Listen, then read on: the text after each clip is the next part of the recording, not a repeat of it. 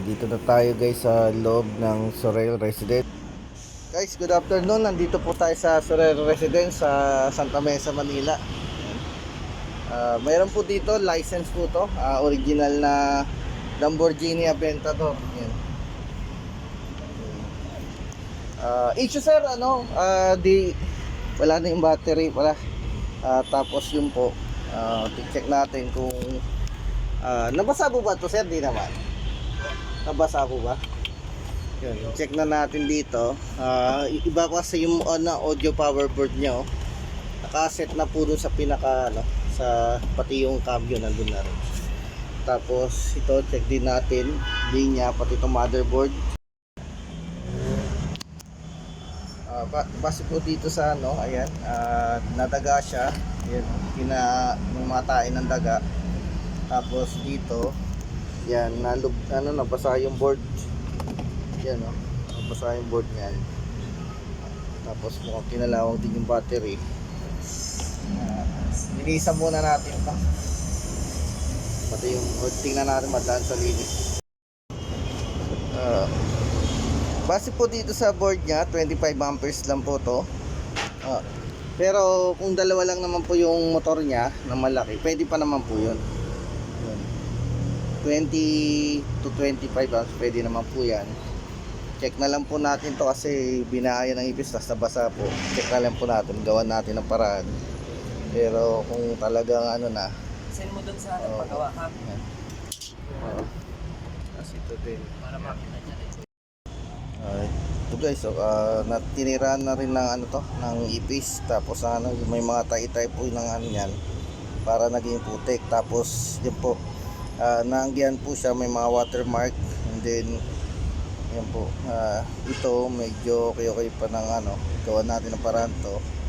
Pero dito kasi yan, medyo madami-dami yung niya. Nininis na po natin. Tapos po natin to, try natin mamaya. Right today. A few moments later. So, nilinisan na natin, tapos nireheat. Yan, nireheat natin, solder natin. Check na lang natin mamaya kung okay pa. Tapos, ito din, yung board din, may motherboard, ganoon din. Check na lang din natin mamaya.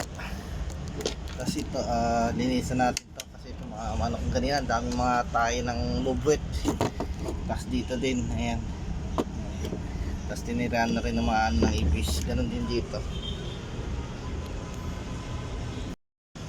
Test natin po yung yung battery niya. Ayan. Ito po yung stock battery niya. Di kasi hindi daw to sabi nung po, hindi po siya pinicturan. Kaya kala niya yung lang na battery. Pero kapag ganito kasi kalimitan malalaking battery to, kaya dalawang 12 volts na 7AH. Ayan.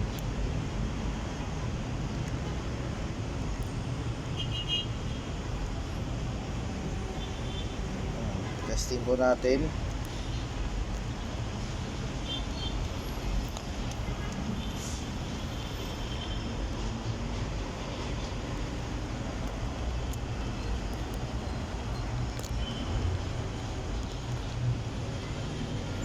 Uh, 10.27 na lang. Yung nga lang kung ito ay matagal na, baka pag-apak po ng accelerator ng pedal, bigla pong babagsak pa yan.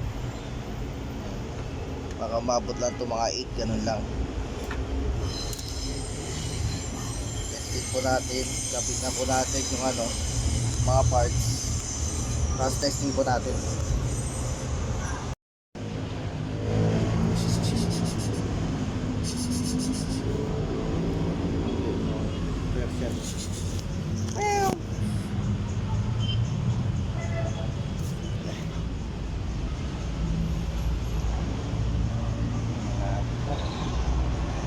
A few moments later.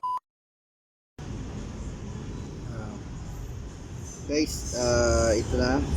Dahil total naman yung swing function niya, wala naman, nasira na. Pero okay pa yung switch ng swing function. Ang nagloloko itong switch ng start kasi ano siya na nag-loss. Ngayon ang gagawin natin, total hindi wala naman ng swing function to. Sira na yung swing function niya. Ililipat natin yung switch ng swing dito sa switch ng start kasi ito pinaka-importante yung start eh. Ayan, lipat natin to. Total di naman siya gumagana na yung swing. Dito na natin gana yung ano. Dito okay pa to. Ililipat natin dito sa start. A few moments later. Yan, okay na guys. Nagawa na natin ang paraan. Nilipat natin yung switch ng ano, total di naman na gumagana yung swing mode, swing line. Nilipat natin kasi okay pa yung switch ng swing. Nilipat natin dito sa ano sa power. Ayan, okay na ulit. Kasi kanina naglo-loss. Yan, okay na siya. Yan. Tapos ano, testing na natin. Di pa natin kinakapit, mamaya na. Kanina kala ko walang atras dito. Ano natin dito, sa kasamaan po marupok na po yung ano, mga pyesa niya.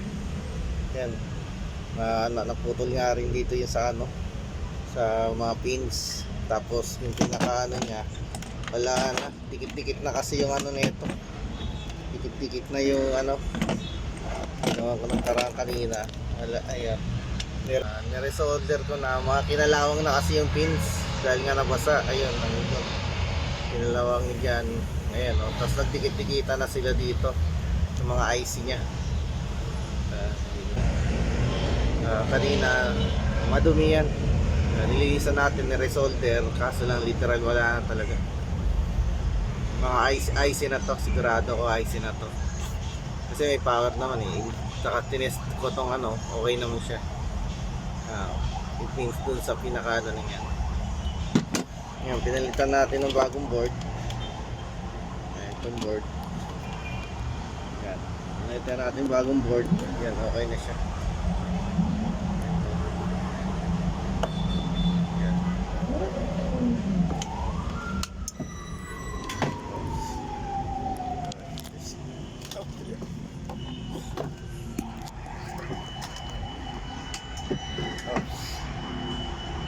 Backward. Yan. Kapitan natin guys. Tapos yung battery niya pala kagayin na bumabagsak. Nagiging 7 volts na lang. Pag inapakan tong pedal, nagiging 7 volts. Dapat kung low bat man lang, mga 9 volts, 10 volts man lang. Bumabagsak ng agad. Kaya possible yung battery niya na to, yung lumang battery niya ay ano na po, ano na po to, mahina na. Okay, nakabit na lang po natin yan. A few moments later. Guys, okay na po. Pagkatapos ng medyo madibdibang ano, medyo mas maraming ano kasi to, mas maraming configuration. Yan, mas marami siyang configuration kaysa dun sa mga ano ordinary Lamborghini lang na ano, na ito ay license to na ano Lamborghini. Mas madami pa configuration po to kumpara dun sa ano, dun sa nabibili natin na license na Aventador na isa. Saka ano, ayan oh, pinalitan na rin natin ng battery kasi bagsak na yung battery ng isa. Tapos yung board, itong board niya hindi na po ano na, shorted na linya ng ano, linya ng acceleration, wala na. Ginawa natin ang paraan, talagang ayaw. Kaya medyo natagalan tayo, nabutan tayo ng gabi. Ang ganda dito. Ito yung sa SM Santa Mesa. Ayan. And then ito yung papuntang ano doon. Ito yung ano, LRT2. Ang ganda dito. Tapos yung testing na po natin. Ayan. Ito start. Okay na siya. Kanina ano, kailangan nakadiin lang siya eh. Pag inaano siya, maya maya mamamatay. Kasi ano, kailangan diinan lang. Kasi yung pinaka-switch nung start, ano, busted na. Ngayon, total hindi naman gumagana yung swing line niya. Nilipat natin doon sa start sa start button, yun yung switch nito. Yan. Ngayon okay na. Yan. Or yan. Tapos kanina wala siyang back. Ngayon may ayan wala din forward yan. Ngayon testing na natin para sigurado. Back. Medyo masikip lang kasi dito sa unit. Yan. Pero testing natin. Yan. Back. Yan. Tapos sa remote. Yan. Backward. Yan. Forward. Yan. Left. Right. Left. Right. Yan. Yan. Okay na. Yan. Dito sa ano ang pangalan nito sir? Residence to? Ay Sorel. Soler? Sorel. Sorel, yun, residence dito sa may Santa Mesa, Manila. Yan. Yan, okay na.